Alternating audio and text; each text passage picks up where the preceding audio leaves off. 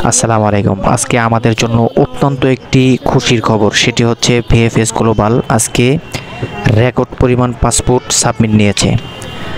বিগত দিনে return passport দেওয়ার পরে আজকে রেকর্ড পরিমাণ পাসপোর্ট জমা নিয়েছে ভিএফএস গ্লোবাল, যার পরিমাণ হবে শুধু ঢাকা ভিএফএস গ্লোবালই 400 থেকে 500 পর্যন্ত, এবং সিলেট চট্টগ্রাম ভিএফএসেও ভালো পরিমাণ সাবমিট হয়েছে। তো সব মিলিয়ে দেখা যাচ্ছে যে প্রায় 700 থেকে 800 পাসপোর্ট সাবমিটের জমা নিয়েছে ভিএফএস গ্লোবাল।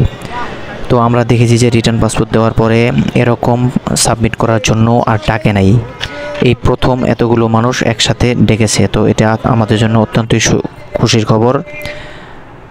আর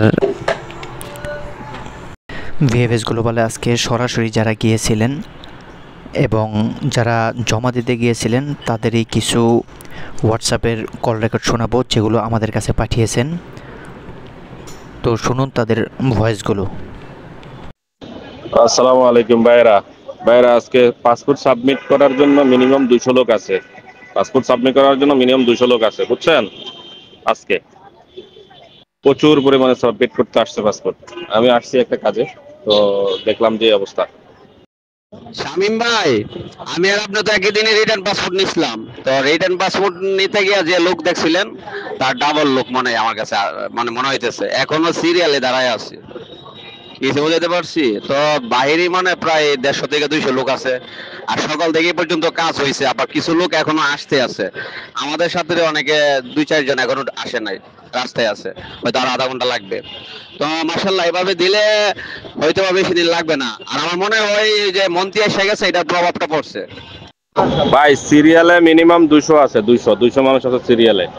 আর ভিতরে তো ঢুকছে মনে হয়, সকাল থেকে ঢুকছে কিনা জানি না, বাট এখন সিরিয়ালে 200 আছে। সিরিয়াল শুধু লম্বা হচ্ছে।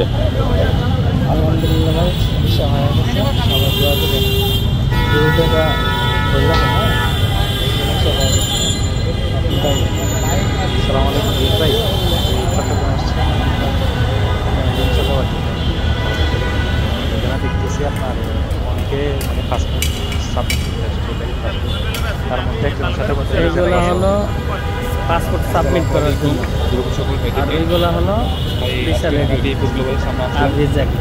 আপনার 24 সালের এবং 23 সালের 25 সালের কিছু আছে, কিন্তু বেশিরভাগই 23 সালে 24 সালের 23 সাল 24 সালের মধ্যে সবচেয়ে বেস্ট লম্বা একটা সিরিয়াল, ঠিক আছে।